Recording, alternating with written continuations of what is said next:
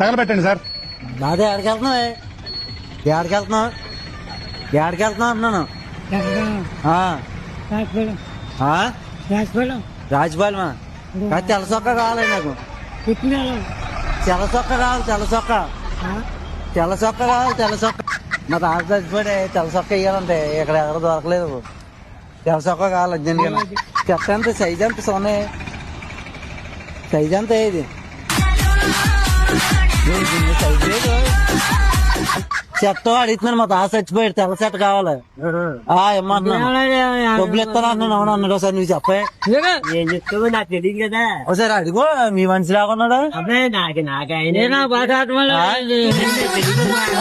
చెప్పండి గురుగారు ఇచ్చేస్తాం డబ్బులు.